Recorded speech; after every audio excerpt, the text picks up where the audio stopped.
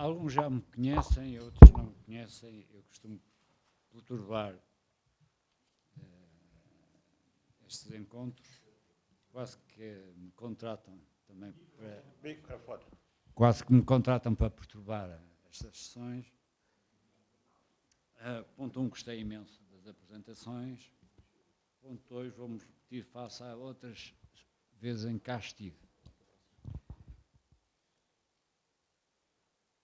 Julgo que as intervenções, eu gostei delas, mas estão muito baseadas no presente e no passado. Primeiro, o que estamos sentados aqui somos nativos analógicos. E no futuro pertence cada vez mais aos nativos digitais. Embora todos nós, embora nativos analógicos, migramos, por isso é que estamos aqui sentados, no sentido digital. Segundo, a maior parte de nós são cotas, mesmo além de nativos, são avançados em idade, não quer dizer que possam ser jovens, entre aspas, de pensamento, e somos muitas vezes poucas pessoas haverá do género feminino. Somos masculinos, ou pelo menos não querem entrar em discussões de género, somos masculinos. E as concepções históricas e filosóficas com que nós fomos educados enquanto que nativos analógicos foram feitas por homens e por vencedores. E normalmente não consideraram sequer a mulher, não, estava numa posição secundária, nem pela população em geral. A tecnologia, ao longo dos tempos, foi revolucionando e alterando essa relação entre as pessoas, os modelos teóricos e o exercício de poder. Não avançando muito tempo, a gente discutiu aqui, eu lembro de ter participado, chamámos o problema das democracias, foi a questão que se devia ou não levantar a questão de sistemas políticos, ou como é que são tomadas, como é que são os processos de tomada de decisão política, tendo em conta as tecnologias e principalmente a evolução tecnológica. Porque a internet está neste momento num determinado estágio, dentro de algum tempo está noutro estágio. Se nós já estamos preocupados com a fragmentação que a internet tem nas sociedades democráticas ocidentais e liberais, ou nos impactos que ela tem nos sistemas autocráticos e ditatoriais, como é que isso é no futuro? Portanto, eu não sei se posso ou não lançar esta ideia de como é que é no futuro, até que, eu agora desculpa nomear, eu vi outro dia que na Gulbenkian o Zé Magalhães falou sobre o metaverso, só está aqui mais do que ninguém para dizer que no futuro não há, isto não é binário, isto podemos ter diferentes avatares, diferentes personalidades, diferentes maneiras de intervir. Portanto, os nativos digitais são, mesmo aqueles de nós que ainda estivemos cá, podemos intervir. E como é que politicamente se regula isto, quer do ponto de vista da democracia liberal, quer do ponto das ditas de outros modos de decisão política. Depois, só mais outra nuance, em termos de evolução tecnológica, ela ataca, não sei se está aqui algum médicos, mexe mais com a amígdala, chama-nos muito mais à emoção do que à razão. Dentro do tempo não estava tão acelerado, o tempo agora está tudo muito mais acelerado, toca muito mais no instantâneo, as pessoas reagem todas mais emocionalmente. Por isso mesmo, se calhar por reagir mais emocionalmente, é que em termos políticos está polarizado. Seja nas democracias ocidentais, seja noutras democracias. Como é que isso é no futuro? A emoção cada vez terá muito mais. E mais, nós falámos do Gutenberg, a Raquel falou do Gutenberg, é que estas tecnologias são a evolução que a gente se percebe, é quase linear, isto é exponencial. E como é que vai ser no futuro?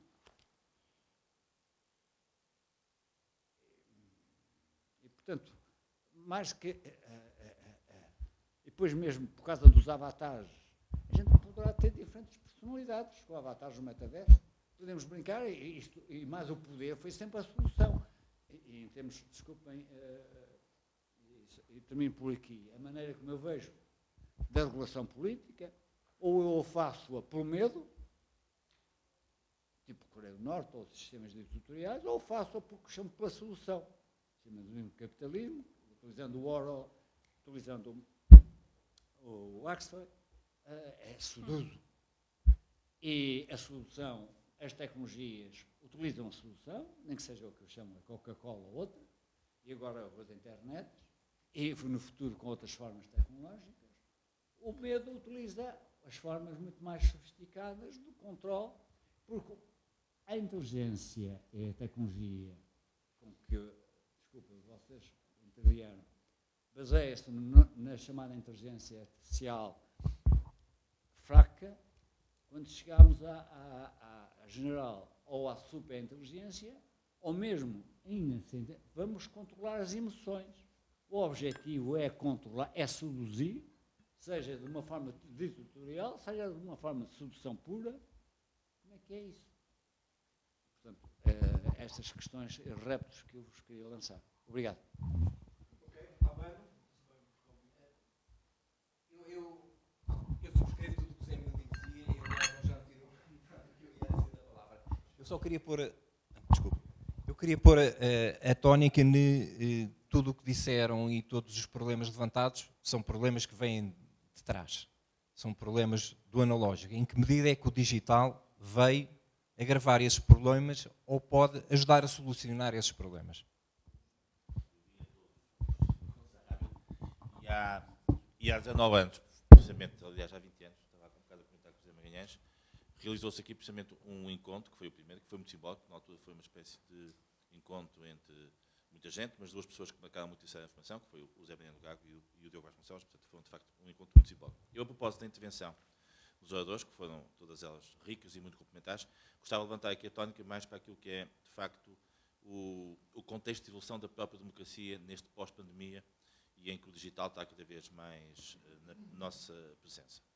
Nós passamos, como disse o Daniel Inarati, que penso que é um pensador que todos conhecem, e que lançou um livro muito interessante recentemente, o Pan-Democracia, que aliás o Miguel Brás Maduro também depois organizou uma coletânea à volta disso, que nós passamos a ter um novo tipo de agendas, porque com esta questão do digital e do presencial, todos nós somos confrontados no início de cada semana com o saber o que é que vamos fazer presencialmente e o que é que vamos fazer digitalmente.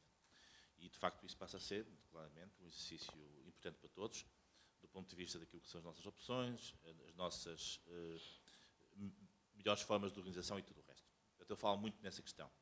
Depois há também outra questão, que foi levantada pelo Fukuyama, que, como sabem, é um autor de um livro muito conhecido, O Fim da Democracia, O Fim da História, aliás, mas que acaba também de publicar um livro sobre o futuro do liberalismo, e em que ele diz que, efetivamente, a questão do digital vem também levantar muitas dúvidas relativamente àquilo que é a participação individual em democracia. E a questão que eu colocava aos três, basicamente, era esta. Neste pós-pandemia, com estes exercícios de opção que temos que fazer entre o digital e o presencial, com toda esta, cada vez mais incerteza, complexidade e até falta de tolerância que passou, de certa forma, a matizar muito a nossa forma de estar em sociedade, como é que, de facto, se pensa que a democracia poderá evoluir? Agora aqui, eu não sei se aqui é o ilustre diplomata. Não, jornalista. Olá.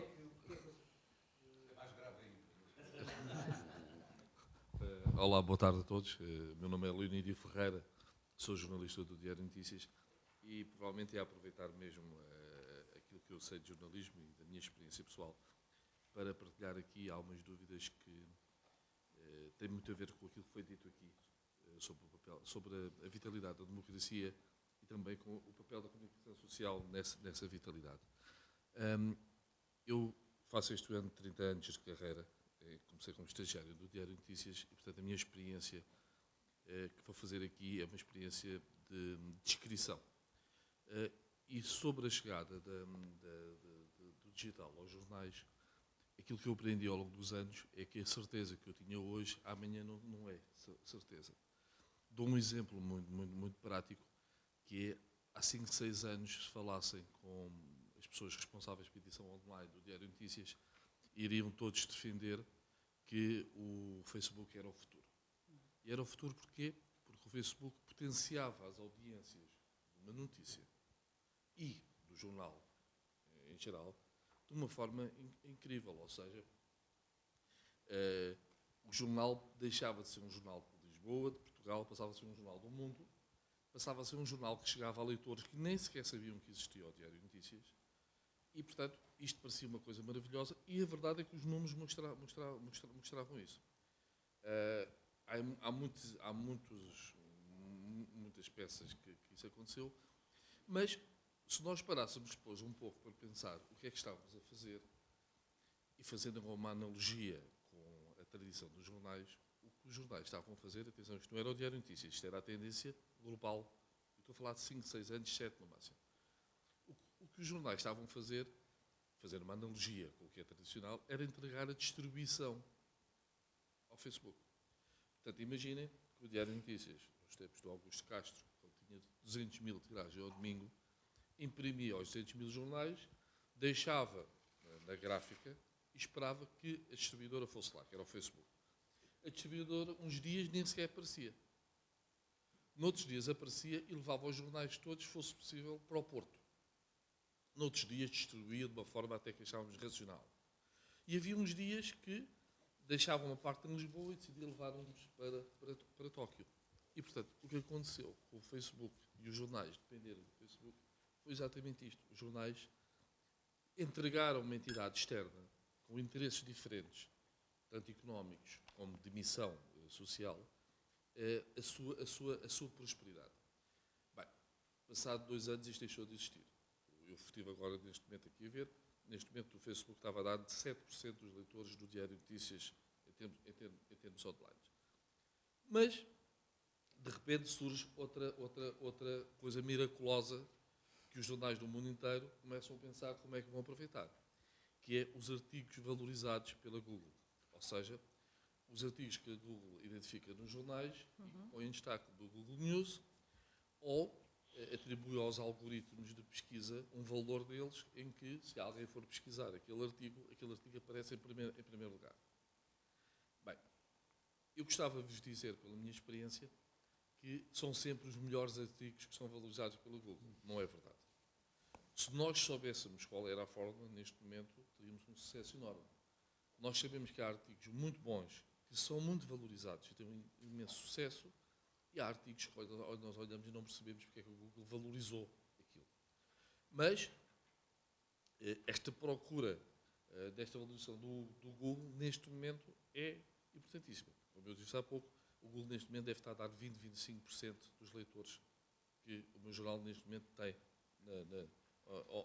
online. Estes números variam um pouco, e já vos vou dizer depois qual é a parte direta para perceberem. Mas só para verem como isto do Google funciona de uma forma que escapa mais uma vez ao controle editorial dos jornais, e o que eu estou a dizer não é uma experiência do Diário de Notícias. Estou a usar o Diário de Notícias para vos dar algo concreto, é global.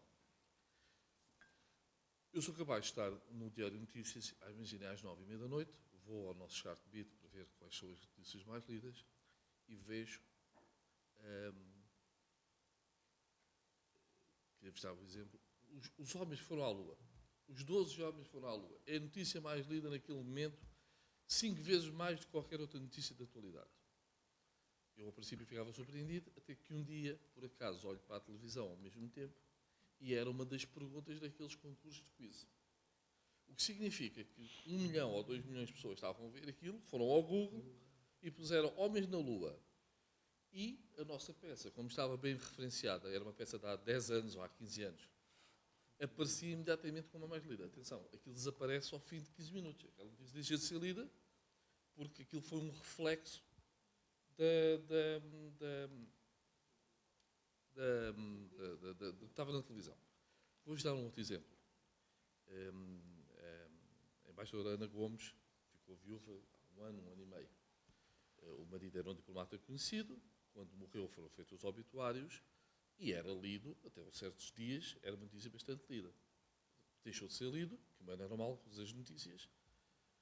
Sempre que Ana Gomes aparecia num debate televisivo, quando foi candidata presidencial, o que é que acontecia? Novamente, uma das notícias mais lidas era a morte do marido de Ana Gomes. Porquê?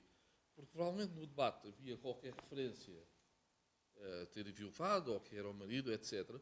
E lá está, não sei quantas pessoas iam ao Google ver isto. Bem, isto para vos dizer que hoje em dia o único alerta que nós temos é que já não vamos acreditar no milagre do Google como acreditamos no milagre do Facebook. E, portanto, aquilo que nós sabemos é que, independentemente das redes sociais, deixem-me só dar um terceiro exemplo. O Laurentino Gomes, que é um historiador, jornalista brasileiro, que escreveu uns livros curiosos sobre a ida do João VI para o Brasil, depois a independência do Brasil, um dia faz uma referência a um artigo meu.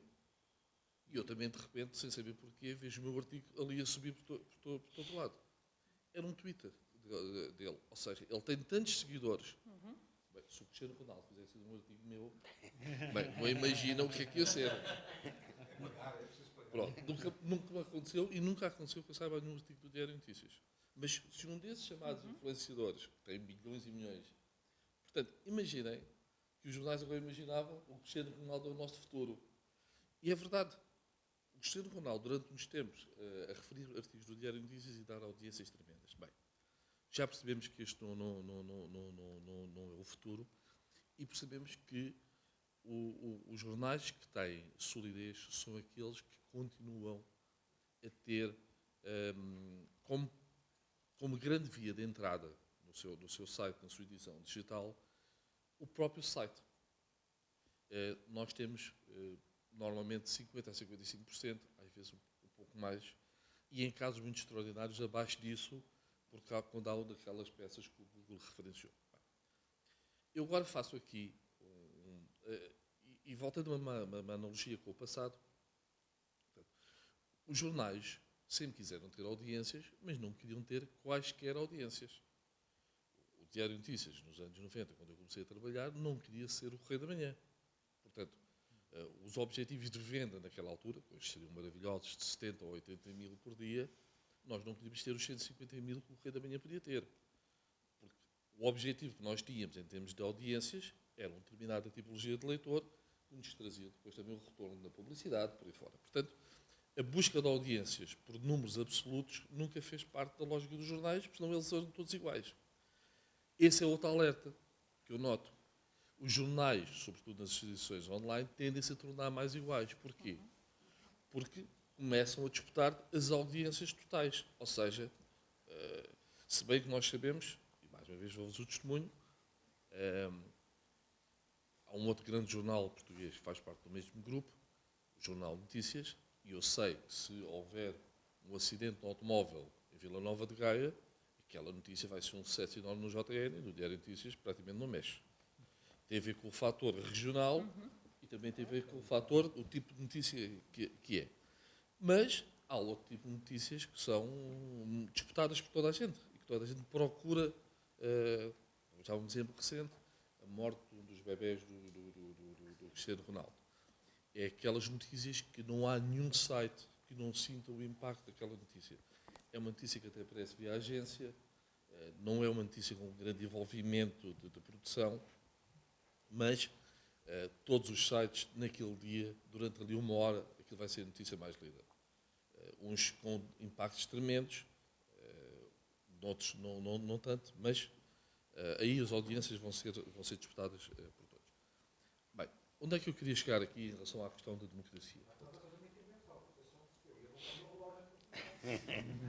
Eu vou terminar. Mas é importante. Super interessante. Eu vou mesmo terminar. Do ponto de vista da questão económica e do sucesso dos jornais, da sustentabilidade nos meios de comunicação social.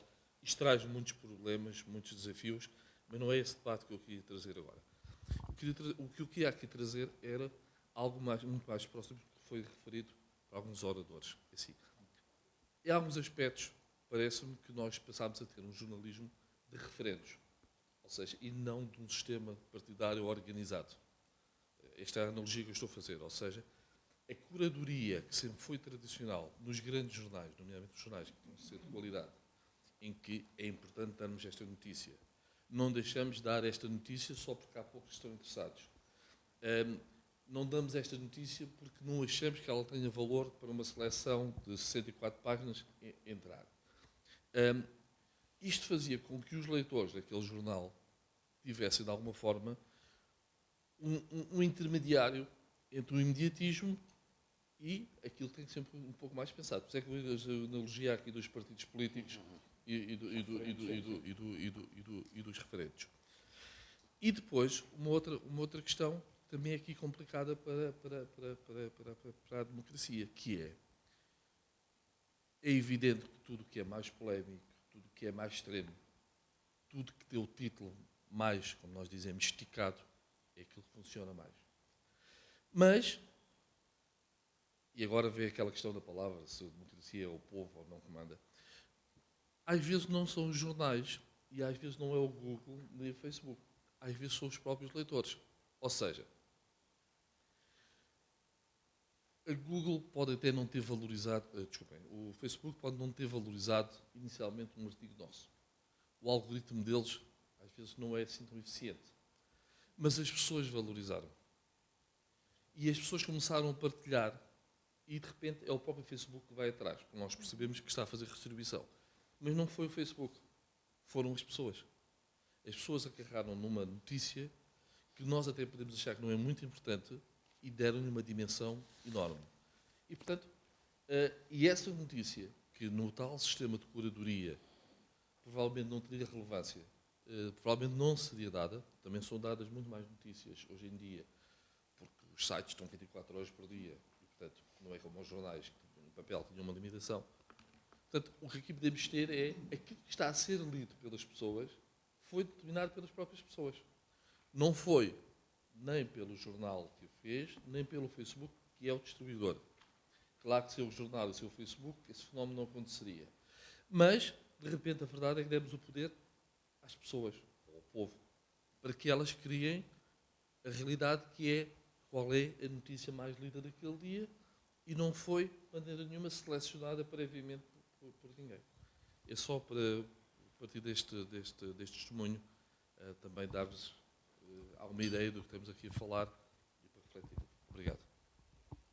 Este é um tema excelente para um mitone aí mais à frente. É esta questão da sustentabilidade da comunicação social e a relação com o digital. E não entrou por aí, mas... mais duas. Ok, Rui.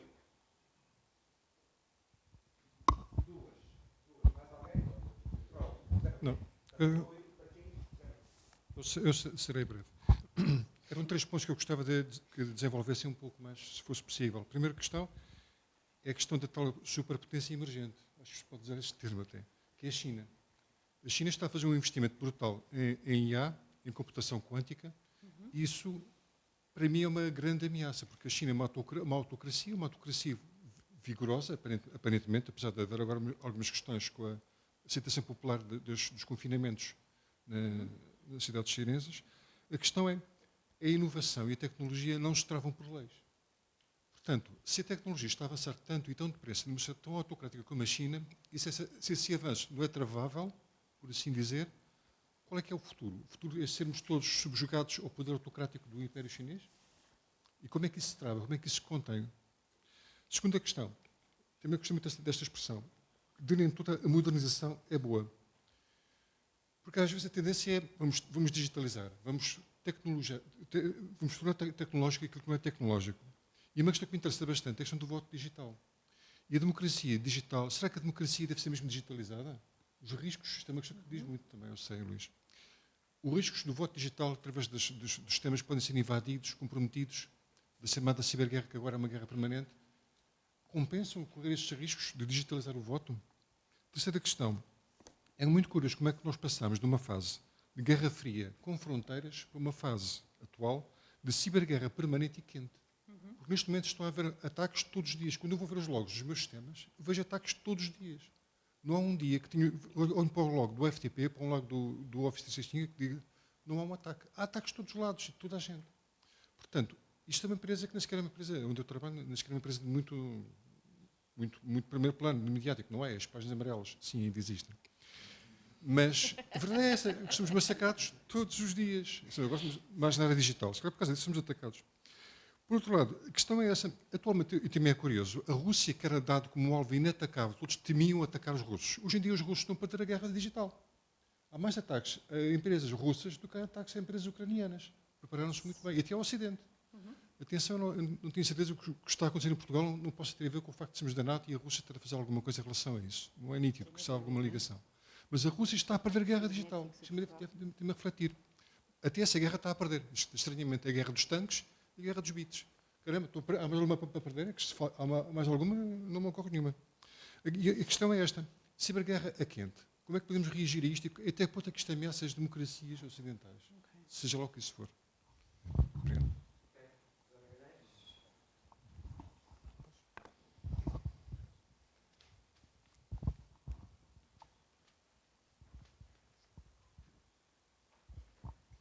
Também me associo a todas as lembranças da importância destas conferências e aos elogios feitos a quem introduziu os temas e gostaria de tocar em duas ou três feridas, porque pode-se discutir incansavelmente e durante horas, semanas, meses, anos a temática que aqui está em debate.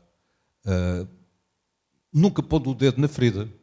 Aliás, é uma coisa que é muito frequente em Portugal e foi muito bem sintetizada quando a nossa oradora lembrou que na Alemanha a temática digital teve grande importância nas últimas eleições e, aliás, nas anteriores também. E em Portugal, como todos repararam, não teve importância absolutamente nenhuma. Não é? Tal como nas anteriores também não tinha tido importância absolutamente nenhuma. E, aliás, era considerada uma coisa próxima do disparate de dar alguma importância, descontada a alusão ao mantra da transição digital, que eu depois vendi enquanto político com a dimensão legislativa da Carta Portuguesa de Direitos Humanos na Era Digital, que suscitou uma raiva ainda indecedida quando o artigo 6º, a propósito de um equívoco, mas isso não interessa. O que gostava de dizer é que é preciso meter o dedo na ferida. Qual é a ferida aqui principal do ponto de vista estrutural, na minha opinião, e julgo que não é diferente da vossa? É que são, por circunstâncias históricas, que deve ter acontecido no passado também, não nativos digitais que têm nas mãos, por coincidência, muitos deles passaram por esta sala, mas felizmente tivemos um não nativo digital, aliás, também o Tiago, o Mariano Gago e o Vasconcelos, que eram não nativos digitais, mas eram não nativos cultos, não é? Ou seja, tinham bebido a seiva na sua fonte e, portanto, sabiam muito bem do que falei. Aliás, tal como quando fizemos o livro verde sobre a sociedade de informação e se criou a equipa de missão e todas essas coisas, estávamos a semear num terreno que até então era considerado lunático, ou tipos adiantados mentais. Não me lembro como fui maltratado. Quando, sendo professor da Faculdade de Direito de Lisboa, tive a ideia de escrever o roteiro prático da internet, abril de 95, mas o que você sabe disso? Você é de lá do mundo dos direitos e tal, o que é que sabe de tecnologias? E eu tinha escrito aquilo precisamente como se fosse um manual de canalização para ninguém julgar que eu queria tratar de dados pessoais, do artigo 35, de todas essas coisas que, como profissional de direito, era obrigado a tratar. E que eram, aliás, bastante assustadoras, porque a Constituição, como sabem, tem uma postura totalmente defensiva em relação à tecnologia, embora tenha sido pioneira, não é? Portanto, não posso amá-lo mais do que, ou não podem amá-lo mais do que eu, talvez, ou pelo menos igualmente, mas o artigo é puramente defensivo. Depois metemos lá umas coisinhas a sublinhar mais direitos, não numa ótica puramente defensiva, mas na ótica ativa da cibercidadania é completamente indigente. Portanto, é pobre, está a precisar de uma revisão constitucional que não se fez, na mísera 14ª legislatura, que acabou sem glória, depois de um governo a governar em estado de sítio permanente, praticamente, em estado de emergência permanente. Também nunca tinha acontecido. Portanto, é difícil a não nativos digitais não fazerem figura de parvos neste contexto. Nunca se esqueçam daquele senador norte-americano que pergunta ao Zuckerberg, com toda aquela candidez para a próxima da idiotia, onde é que ele ganhava dinheiro. E o Zuckerberg, com toda a desfaçatez, responde: nós vendemos publicidade, senador. E cala-se. Uma mentirona absolutamente descarada, uma verdade parcial, que são as piores, não é? Omissio veris, como diziam os sábios. Portanto, está-se a omitir a grande parte, uma vez que nessa ótica não se percebe o que é que eles fazem. E o que eles fazem, basta a gente meter um anúnciozinho e escolher o público a quem queremos impingir, para percebermos que fazem publicidade. Isso é verdade. Mas depois, os tratamentos de dados e o que acontece àqueles dados é um mistério profundo que, aliás, não está investigado. Ninguém sabe nada sobre o algoritmo, os algoritmos utilizados e os usos e as associações, essas coisas todas. Portanto, os reguladores são fracos. O nosso é especialmente fraco, devo-vos dizer. Eu não posso fazê-lo com a culpa de 1983, 2022, e com alguma pena, porque por mais esforços que fossem feitos, na primeira fase foi feito o esforço de não pôr o Parlamento a fazer as neiras legislando, copiando legislação estrangeira, como o Children Protection Act norte-americano, etc, etc. Isso conseguiu-se. Mas depois, a parte ativa só verdadeiramente se conseguiu com a Carta. E a Carta passa pelo que não é. Quer dizer, a Carta é um documento de políticas públicas obrigatórias, que estão bem definidas ali, que só foi executada e regulamentada na parte respeitante aos direitos de autor. Essa lei de regulamentação ainda foi produzida na 14ª legislatura. Em relação a tudo o resto, zero. E, no entanto, prevê a ação popular digital, que, aliás, pode ser usada pela APDSI, ou por todos nós, ou alguns de nós, livremente, sem pagar um tostão perante os tribunais, o que é uma coisa totalmente inovadora, e prevê a regulamentação das plataformas. Ouçam, é como se não existisse. Até agora, que eu reparo, ninguém a invoca. E houve uma reação de medo. Ai, meu Deus, que alguém quer fazer queixas à ERC, que vai ser terrível, quando a ERC já tem o poder, ao abrigo do artigo 5º do seu estatuto, de intervir mediante queixas em relação aos vossos sites e às vossas notícias, todas, não é? De todos os órgãos de comunicação social. Só se estava a alargar um pouquinho, que a lei havia de definir por 2 terços, etc, etc. Portanto, estamos agora à espera do que vai acontecer. Portanto, primeiro aspecto, a dificuldade de intervir, porque é uma realidade desmedidamente complexa que muda constantemente e que não depende de nós. Ou seja, quando o Zuckerberg vem anunciar o Metaverse, que não é, aliás, uma produção Facebook, quer dizer, ou da Meta, agora transfigurada, toda a gente está a fazer Metaverse. E para haver Metaverse vai ser necessário ver supercomputadores, vai ser necessário ver os processadores, vai ser necessário ver a computação digital gráfica avançada, e vai ser necessário ver os produtores, essas coisas todas. Quando nós, em vez de fazermos isto assim, tivermos em avatares 3D, utilizando os serviços dessa empresa ou outras, eu não sei o que é que vai acontecer, mas vai acontecer qualquer coisa qualitativamente diferente, porque teremos gente, se calhar de outras gerações, que não é mau, a intervir no debate. Mas o regulador está totalmente a dormir. Vai haver, felizmente, o regulador tem qualidade, não é o regulador nacional, é o regulador da União Europeia. Portanto, a complexa geringonça que conduz a trílogos, que está agora a produzir o Digital Services Act. O Digital Services Act, ou Open Markets Act, comparados com a nossa esquelética Carta Portuguesa de Direitos Humanos na era digital, que trata de meia dúzia deles, não é? É um aluvião, uma avalanche normativa. Mas a minha dúvida é esta: face à mudança tecnológica conduzida pelos grandes donos de plataformas, as atuais e as futuras, e face à evolução da inteligência artificial tal qual ela é e será, o legislador europeu ainda não chegou a esse fascículo da saga. Ainda está no anterior fascículo, nas redes atuais. Quanto às redes atuais, acho que os oradores colocaram muito bem a questão, mas agora é necessário ir até ao fim. Se houve splinternet, ou chamem-lhe o que quiserem, balcanização, fragmentação, etc., etc., a fragmentação veio para ficar. Quer dizer, que ninguém tenha dúvida que temos um corte de relações com a Federação Russa, que a República Popular da China tem a sua grande muralha e não prescinde dela, e nós não entramos na grande muralha. Ponto parágrafo, travessão. E não há, ultrapassámos, felizmente, com isto a cabo, aquele momento em que, no século passado, estivemos à beira do Big Boom, tanto a propósito de Cuba como a propósito de outros momentos, e em que o Mao Tse-tung famosamente declarou que não tinha a mínima preocupação em relação a uma guerra nuclear, porque se houvesse sobreviventes seriam certamente chineses.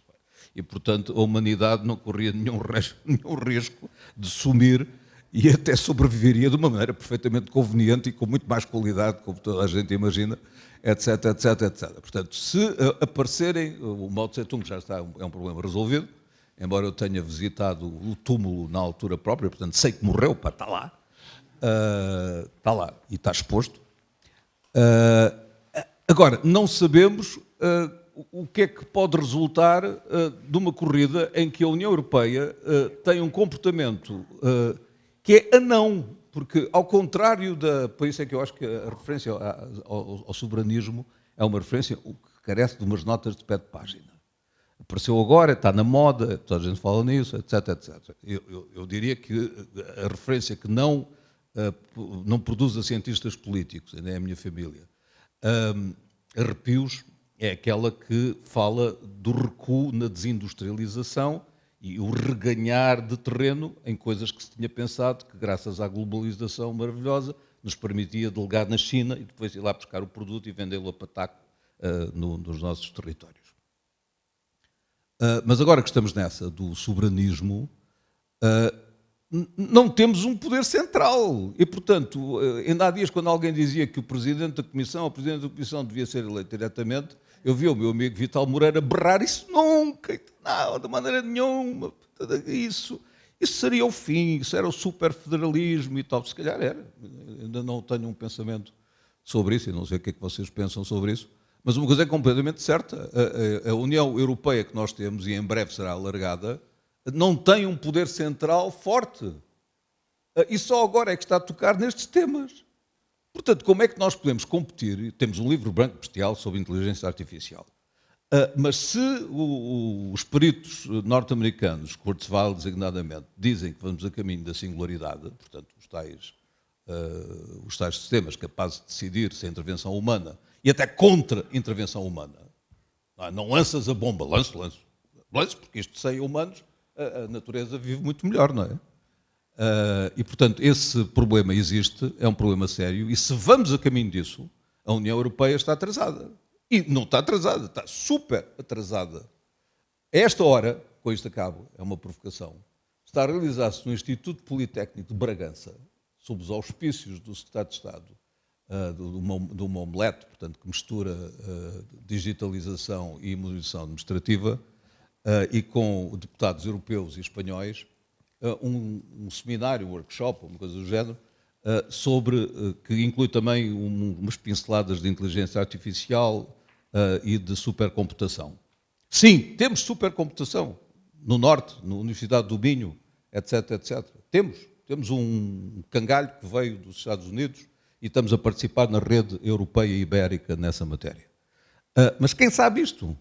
Onde está isto? Quem é que está a decidir isto? E, portanto, o tema do seminário ou deste dia de reflexão é tanto mais importante quanto isto está a acontecer à nossa frente.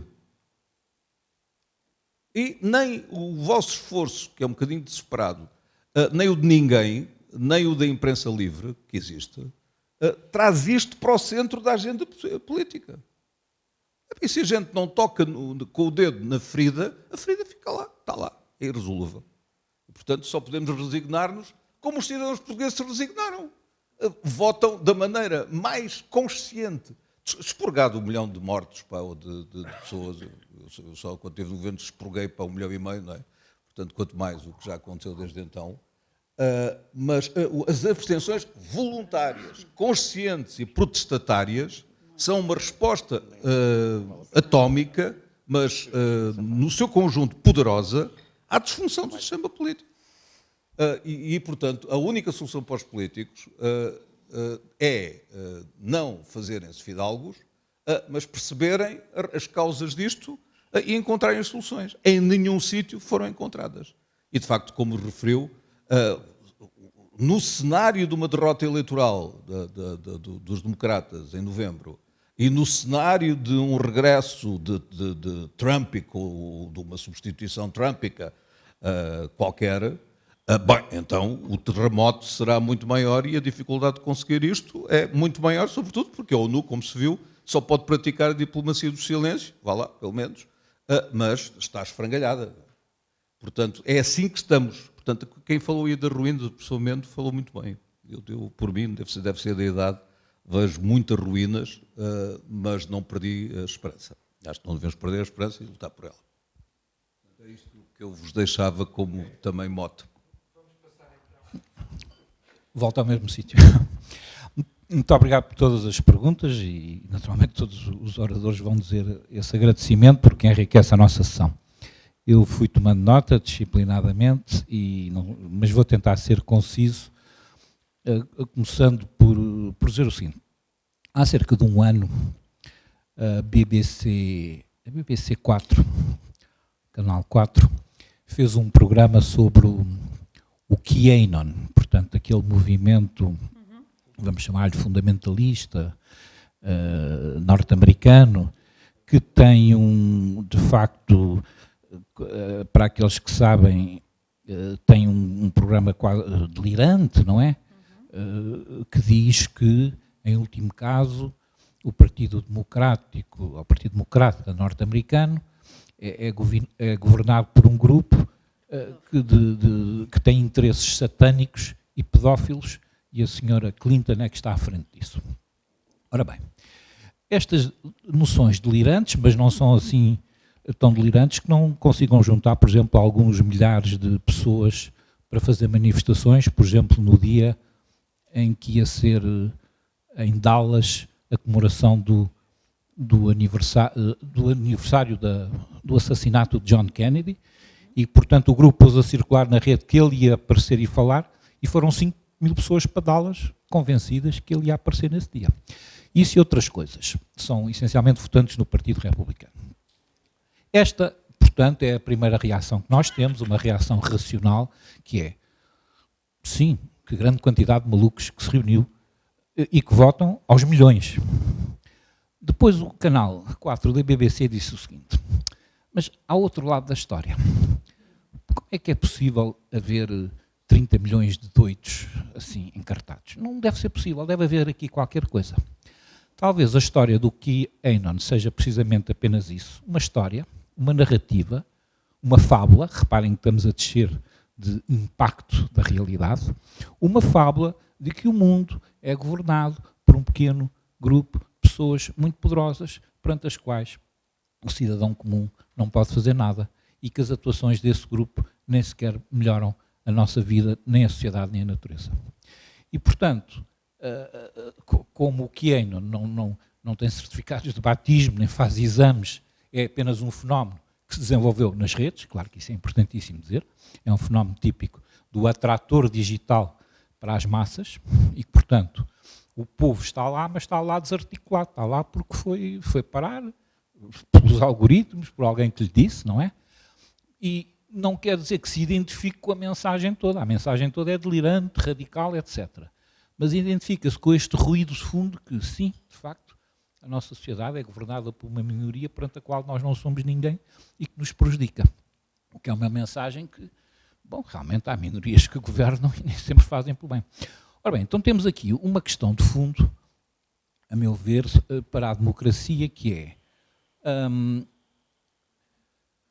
e respondendo, de certo modo, às duas primeiras perguntas do José Emílio e do Albano, que iam um pouco no mesmo sentido. Isto é, nativos analógicos e nativos digitais. Eu acho que somos todos híbridos, francamente. Eu não vejo que se possa criar duas categorias de utilizadores completamente separados. Acho que ao longo da vida fomos evoluindo. Eu, por acaso, lembro que o primeiro livro que li a sério sobre a net, quando comprei o computador, era do José Magalhães, em 1900 e... Diga? 95. Não havia nada, era um livro, esta coisa da internet, o que é? Eu realmente fiquei espantado quando li para aí as 300 páginas do José Magalhães. Tanta coisa que já se descobriu e que se inventou em 1995. Lembro perfeitamente deste efeito. Ora bem, eu era uma pessoa que vinha de letras, de filosofia, enfim, estive em economia também, sei as minhas matemáticas gerais, mas não me considero nem analógico nem digital. Acho que isso é uma falsa questão, sinceramente. Acho que estamos todos em vários graus de hibridez perante a facilidade ou a dificuldade de evoluir.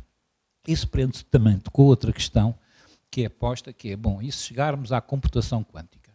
Eu deixo isso para os meus colegas da Faculdade de Ciências, aliás, no dia 18 temos o seminário de Londres sobre isso, não é? Os limites da mecânica quântica e a sua aplicação na computação. E eu vejo que eles têm ideias mistas. Sim, vai avançar. Não vai avançar. Sim, vai-se conseguir o computador quântico, e já existem, evidentemente, na China, nos Estados Unidos, em países europeus, mas talvez não se consiga estabilizar de modo a ter o alcance comercial e, portanto, o impacto na vida que têm os outros computadores. Não sei responder. Sei é que os especialistas têm dúvidas se lá se chega a um computador quântico com todas aquelas qualidades e capacidades de autodecisão e alcance transhumanista para decidir em vez da humanidade, como o José Magalhães dizia, não, decidem melhor que nós. Tenho as minhas dúvidas, mas, sem dúvida, que há os seus entusiastas quanto a isso. Portanto, aí deixava um grande ponto de interrogação.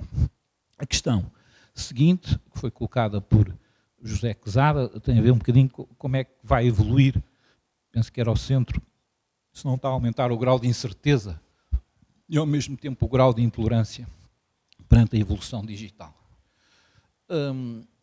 Eu diria que sim, mas ainda bem. O nosso papel é sermos atormentados.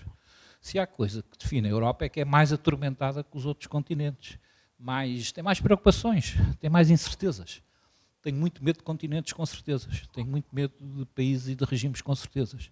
E, portanto, a incerteza que está a criar é tipicamente ocidental, faz parte daquele sei que nada sei, ainda bem que é assim, porque nos obriga a ser mais exigentes para connosco próprios. A intolerância não, a intolerância é outra coisa, mas a verdadeira incerteza é que tem que haver uma educação do público para a incerteza. E isso é que nos faz falta, uma educação para a complexidade. Isso parece evidente. E aí não haverá intolerância. Depois as perguntas, penso que é o jornalista Luís Ferreira, foi esse o nome que disse? Leonídio Ferreira, certo? Eu li há tempos, quando eu agora tive que passar a seguir, tinha o Twitter, mas é engraçado, não ligava. Era muito info-excluído no Twitter. Mas por causa da guerra, pronto, a única forma de se manter foi entrar no Twitter e aqui agora recebo as notícias da Novosti no Telegram, agora acho que vou ter que tirar porque são notícias a mais por dia, etc. O Elon Musk, quando comprou, em processo de compra, para ser mais exato, está no processo de compra do Twitter, já conseguiu 7,5 mil milhões de euros através do príncipe saudita e do outro milionário para garantir a compra inicial, e com certeza que vai conseguir o resto. Ele teve a seguinte intervenção no Twitter que eu já seguia. Bom, realmente os Twitters têm mais gente, há uns com 80 milhões, e sim. Por exemplo, um é o do Justin Bieber, que é aquele cantor que os miúdos gostam e tal. Ele só fez um Twitter em novembro e um em janeiro. Depois, outro muito seguido, eu não sei se é a Amber Ed, aquela que também está muito na berra, mas é uma dessas, se não é a atriz, é uma cantora. Só fez um Twitter este ano. Portanto, há aqui qualquer coisa enganadora. Isto é fácil de comprovar. Eu, por acaso, fui lá ver, apesar de ser o o Elon Musk a escrever. Fui lá ver ao Justin Bieber, sim, realmente não me previsto qualquer, em janeiro. Estávamos em maio, vi isso há 3 dias. Ou seja, de facto, os mega números não refletem senão isso mesmo, abstrações, que não se traduzem necessariamente em mensagens ou impactos sociais. E penso que o centro da sua intervenção era dizer que, uma vez que um jornal se pauta por um registro de curadoria e de qualidade e de informação dos artigos, face a encontrar o maior número de leitores possíveis e a publicidade que isso traz, então acho que a democracia, que é o nosso objeto, com certeza que está a ser polarizada ou atraída por esses comportamentos de massa, lá está, oclocráticos, se quisermos dizer, que as redes permitem. Para mim não são bons nem maus, não devem ter uma classificação moral, são assim, pronto, permitem. São os exemplos que deu, que as pessoas vão buscar o óbito de não sei quem, ou vão buscar o que é que aconteceu ao senhor ou à senhora, e isso aumenta a informação, não aumenta necessariamente a qualidade da decisão. Já o outro atrator que eu chamei a atenção, o atrator terrestre, o planeta, porque só há um, e estamos na nossa Terra, e até estamos num sítio hoje especial da nossa terra que gostamos de cuidar, aquele sentido do património, da paisagem, do único, do irrepetível. Esse outro atrator, que neste ano comemora 50 anos, desde há 50 anos que o Clube de Roma vem chamando para esta questão lá, prestem atenção aos limites do crescimento, prestem atenção ao território, prestem atenção aos recursos, faz este ano 50 anos, e por trás do Clube de Roma está um homem extraordinário, que eu aprendi a conhecer, um anticomunista, Aurélio Peccei, que na sua prisão de Ventotene, numa altura em que ainda se fumava cigarros enrolados, pode ser que alguns da província, tal como há pastores, também alguém ainda fume cigarros enrolados, mas eles, de facto, usavam os papelinhos não utilizados para escrever o manifesto de Ventotene, pôr cá para fora, com aquele princípio. Estávamos em 1942, Ventotene é uma prisão fascista ao largo da Península Italiana, estamos numa guerra contra as nações, se no fim desta guerra não houver uma união das nações, não valeu a pena, vai haver outra guerra de nações contra nações. Foi assim que começou a União Europeia. Esquecemos muito esta origem ideológica, tão ou mais importante do que a ideia do carvão e do gás e dos esquemas mais tecnocráticos de Jean Monnet, etc, etc. Ora, eu penso que isso vai funcionar também, é isso que eu quero dizer. A ideia de que só há uma terra, venham os refugiados, venham os imigrantes, estejamos cá nós, este atrator vai ser muito importante para introduzir mais racionalidade na democracia, mais decisão de qualidade, digamos assim, porque não há tempo nem há espaço a perder. Daí os exemplos que eu dei da gestão da Covid, onde as decisões políticas eram acompanhadas bem, de alguma sensibilização e conhecimento científico e técnico também. Pronto, e a última pergunta ficava, para não perder mais tempo, portanto havia a pergunta do Rui Martins, não é? Não sei se a China não será um tigre de papel. Vimos agora que o exército russo não é o que era. Eu não sou um especialista sobre o assunto, mas viu-se que a Rússia é a segunda potência militar. E, de repente, como alguém diz bem, sim, é a segunda potência militar na Ucrânia. Isso é verdade. Mas, tirando isso, a China, com todo o seu poderio, os mares do Sul, a sua evolução tecnológica, não está no padrão da China ter sido um país imperial, tentar conquistar os outros. Portanto, eu acho que não devemos cultivar, digamos assim, o medo da China, até porque penso que a tentativa de laços comerciais é o que está neles. E, finalmente, acho que eram estas as 5 perguntas. Já tenho o tempo. Muito obrigado. Sim, muito obrigado. Só 2 questões muito diretas em relação a tudo aquilo que foi dito. A primeira é para lembrar novamente que tudo é uma questão de poder. E as relações entre as pessoas, as relações dentro dos países, as relações entre os Estados, as relações internacionais, são relações para controle do poder. Essa é a maneira como eu vejo as coisas.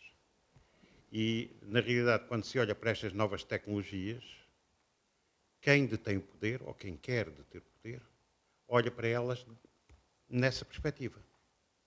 Como é que eu posso utilizar esta tecnologia para conquistar o poder, para deter o poder, para o manter e para o aprofundar? Isso é uma das questões que eu penso que deveríamos, talvez, refletir um pouco mais sobre isto. Porque, na realidade, as relações são à volta do controle do poder. E toda a informação disponível será tratada pelas novas tecnologias, pelo avanço, por exemplo, na inteligência artificial, tendo em conta, acima de tudo, essa perspectiva.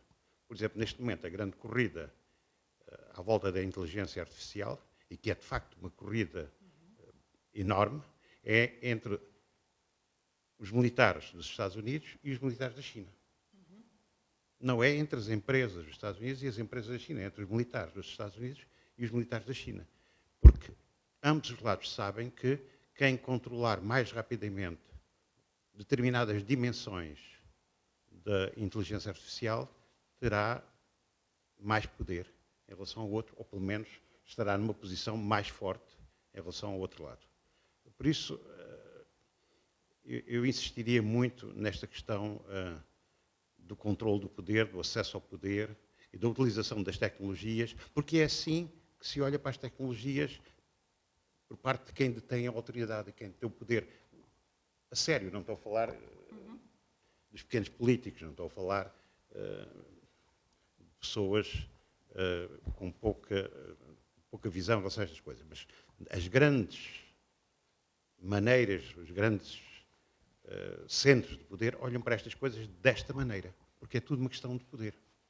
Bom, essa era uma das questões que eu mencionaria e estou de acordo com aquilo que foi dito de que neste tipo de corrida, nomeadamente na corrida para controle do poder ao nível global e ao nível internacional, a União Europeia está extremamente atrasada. Está a ficar completamente para trás. Está ainda na fase de pensar nas novas tecnologias em termos de regulação. E não em termos de inovação. Não em termos de criação. Ou seja, nós continuamos a ser influenciados, eu peço desculpa, eu sei que aqui na sala há muita gente que vem dessa escola, mas continuamos a ser influenciados pela escola do direito. E não pela escola da criatividade. Continuamos a ser influenciados pela escola do controlar e regular. E não pela escola de imaginar e criar. Continuamos a dar demasiada importância, por exemplo, a quem é capaz de citar numa conferência 20 autores, com nomes e citações, e não damos importância nenhuma a quem seja capaz, numa conferência, de imaginar coisas novas, sem citar nenhum autor. Ou seja, este é um dos grandes desafios que nós temos pela frente. É passar do conhecimento, é importantíssimo ter o conhecimento, à fase da imaginação, à fase da criação. Esta é a grande corrida, a corrida na área da inteligência artificial. Este é o nosso grande atraso, em termos da Europa. Já não falo em termos de Portugal, porque não tenho informação suficiente para falar sobre a situação em Portugal.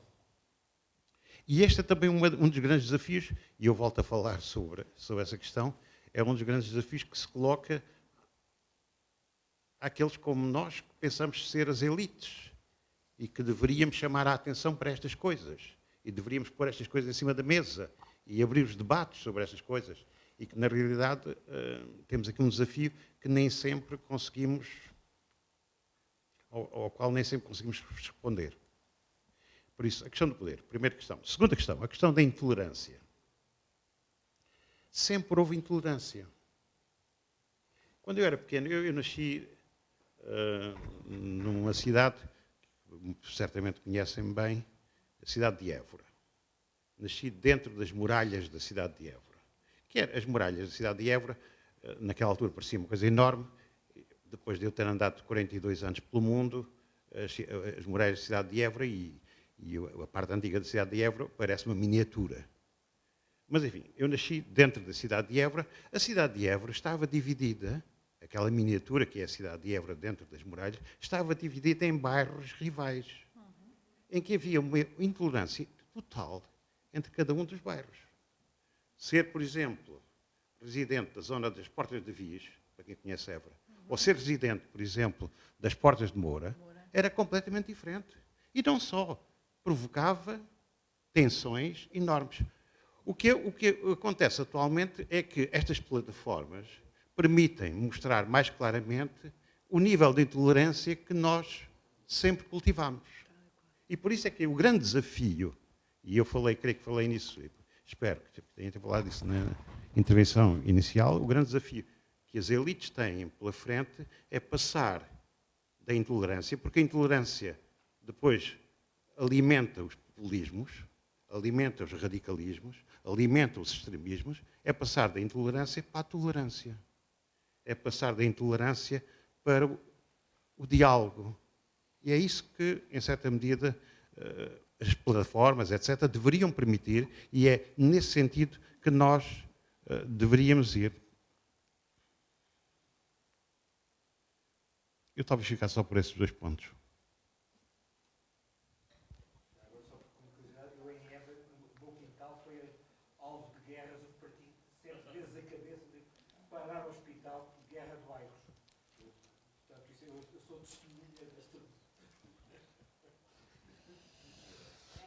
Também agora estou a tentar acabar com a democracia digital.pt, mas isso depois... Não, mas esta questão da intolerância, nós dizemos que somos mais intolerantes agora, não somos. Há plataformas que nos permitem ser intolerantes. Agora, uma coisa é a intolerância e outra coisa é reconhecer que há uma fragmentação da opinião pública, e as plataformas permitem a fragmentação da opinião pública, permitem várias escolas de pensamento, e isto depois traz outro desafio. Eu aqui penso que estou a responder ao José Emílio, olhando para a frente, traz outro desafio, que é o desafio de que o futuro da gestão política de um país não pode ser feito na base dos 50 mais 1. 50% mais 1. Tem que ser feito na base de coligações muito mais amplas. E o grande desafio para os líderes é conseguir construir esse tipo de coligações. Porque esta história da esquerda e da direita, esta história do radicalismo de um lado e do outro, isso é do passado.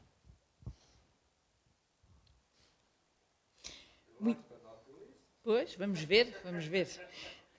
Ora bem, para tentar aqui responder a algumas das vossas questões, que foram todas excelentes,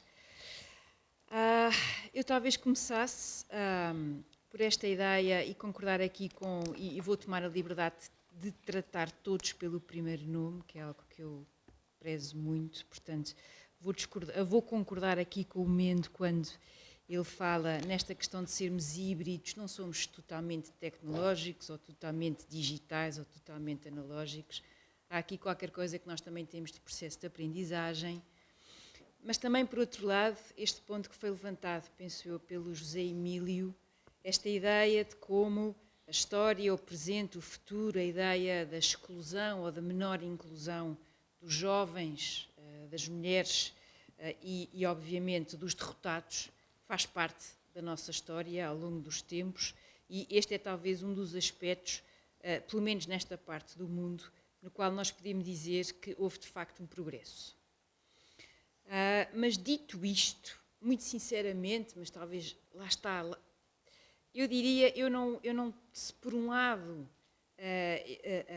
nós temos muito o que é natural e é humano, e há uma figura muito interessante das relações internacionais, peço desculpa agora que disse aquilo dos nomes, agora só me vou lembrar de 3.000 nomes, mas pronto, que é o Martin White, que falava da preocupação de evitar as modas do presentismo, ou seja, esta tentação que nós temos de pensar que a nossa época é especial, é sempre mais especial que as outras, é sempre, tem problemas únicos, problemas transcendentais que outras sociedades anteriores ou outras partes da história não tiveram. Eu aqui não estou, evidentemente, a menorizar a rapidez e a progressão da tecnologia, e em particular nestes casos concretos que estamos a falar, mas também acho que, por vezes, é preciso pormos em cima da mesa a hipótese de este progresso que nós estamos a imaginar pode ter aqui também a intervenção da imaginação humana e pode ter aqui uns desvios, pode ter aqui umas voltas e contravoltas, e não partirmos do pressuposto de que é inevitável, ou inevitável nas circunstâncias em que nós o estamos a conhecer. Portanto, essa seria a minha reação inicial. Depois também esta questão da própria regulação. Eu diria que este é um tema fundamental, seja porque face a empresas como estas que falámos aqui, o Facebook, a Google, o que for, de facto estamos perante uma espécie de um oligopólio, ou seja, temos aqui um conjunto de empresas que têm um acesso e um poder, para voltar aqui ao ponto, que é de facto tremendo, poder esse que pode implicar a influência em eleições, que pode implicar a desinformação, que pode implicar a conduta numa guerra, para não ir mais longe. Portanto, esta questão da regulamentação, eu acho que é um tema extremamente importante e eu diria que vai ser mais difícil no sentido em que, olhando para o mundo e olhando para o caminho que está a ser feito por alguns dos seus protagonistas, a tendência será a fragmentação a nível das internets, a nível dos sistemas operativos. Portanto, essa seria a minha leitura. Por outro lado, também me parece que, e indo aqui ao encontro das questões levantadas, penso eu, pelo José Martinho, a questão da China e a questão da inteligência artificial. Há um livro ótimo do Kai-Fu Lee, que é justamente sobre esta ideia da China como uma superpotência da inteligência artificial, e um dos aspectos que explica, desde logo, a aposta nesta área é claramente uma aposta política, é uma aposta de controle. Esse é o primeiro objetivo, e depois decorre daqui todas as questões militares, que são fundamentais, e as questões da aplicação económica ou da aplicação empresarial. E um dos aspectos que ele destaca como sendo uma vantagem comparativa, ou uma mais-valia, se quiserem, por parte da China ou da República Popular da China, é o facto de, tendo uma população de 1,4 bilhões, e essa população ter muito pouco a dizer se aceita ou não aceita determinadas tecnologias, o que aqui faz é que permite ao algoritmo, que funciona com base em dados e em escala, ir-se aperfeiçoando em termos de ter metadados ou dados para poder-se ir aperfeiçoando. O que depois tem é o outro elemento, que é o elemento da imprevisibilidade, que é aquele elemento que trama o algoritmo, aquele elemento que trama um conjunto de coisas que nós achamos que são certinhas e não é nada. E aí há claramente uma desvantagem. É sem dúvida uma preocupação, e é uma preocupação que eu partilho, tendo em conta que estamos a falar de um país que tem uma expressão económica incontornável a nível internacional. Contra isso não há muito que se possa acrescentar. E, por outro lado, também é verdade que, como é que eu ia dizer isto?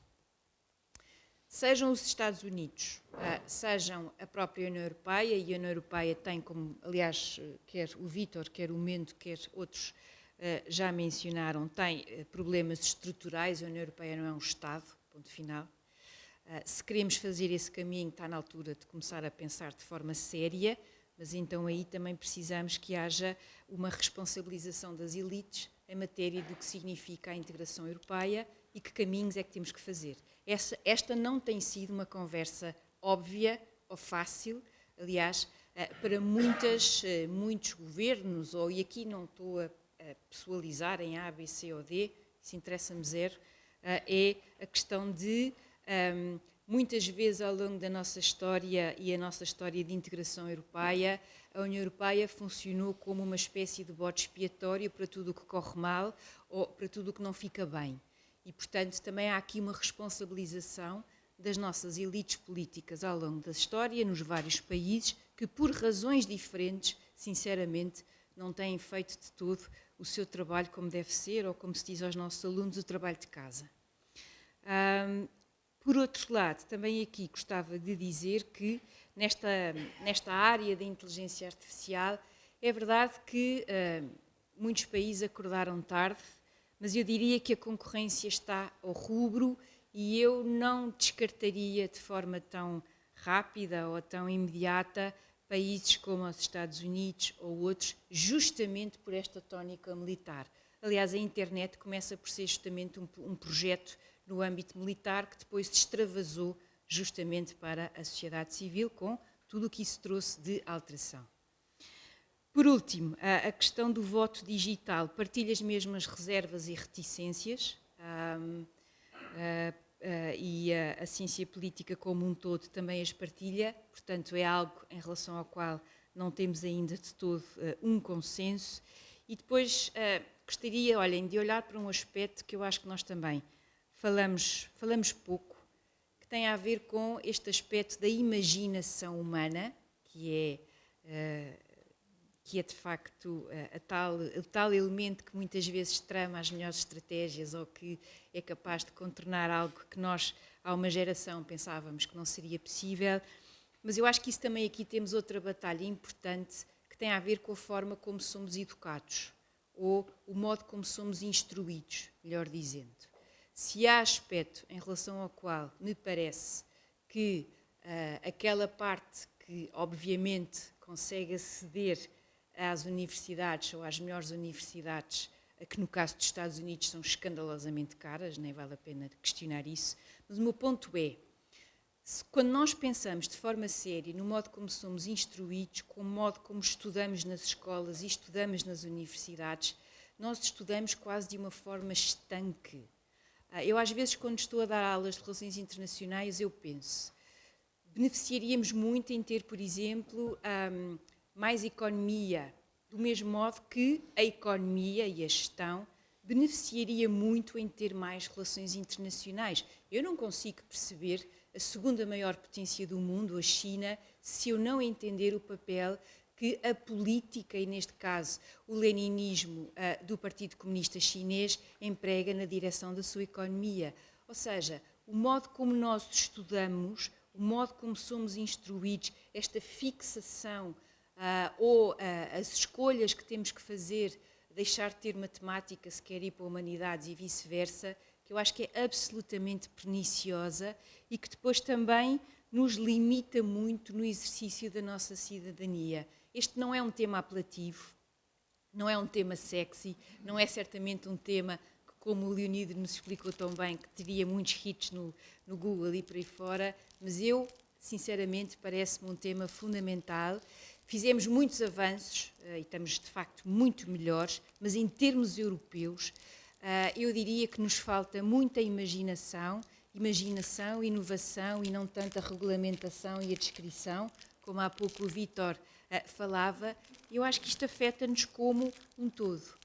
É também nesta perspectiva, e agora terminando aqui com esta guerra que está a acontecer na Ucrânia, e que, enfim, nós nem podemos dizer isto de forma descontextualizada, mas eu diria que esta guerra nos fez repensar muitos pontos que achávamos que eram normais e adquiridos e não são, e também nos fez pensar um pouco sobre o que é que são as prioridades enquanto povo e o que é que queremos fazer, mas reparem como aquilo que achávamos, e aqui foi o José Martinho que destacou, aquilo que achávamos que era evidente, ou seja, que do ponto de vista da internet, dos bots, de toda uma experiência anterior russa em matéria de introduzir maior divisão na União Europeia, isso está mais do que estudado, o que implicou também financiar extrema-direita e extrema-esquerda, o que interessa é ser antissistema. Reparem como, nesta guerra específica, nós estamos a assistir a um lado russo que nos parece estagnado, numa fotografia que está longe do filme que acontece no terreno, e do outro lado temos o filme em movimento, e um filme que é, eu diria, bastante imaginativo e que basta pensarmos no presidente da Ucrânia, que quando foi eleito até foi gozado, porque vinha justamente de um background de comunicação, tinha um programa na televisão, de comediante, e olhem lá como é que, em termos de liderança em tempo de guerra, saber comunicar faz toda a diferença, e a partir de agora eu diria que vamos passar a integrar esse elemento na forma como consideramos o que é ser um bom líder. Independentemente de como a guerra termine e quanto tempo ela pode ou não durar, eu diria que vai ser longa.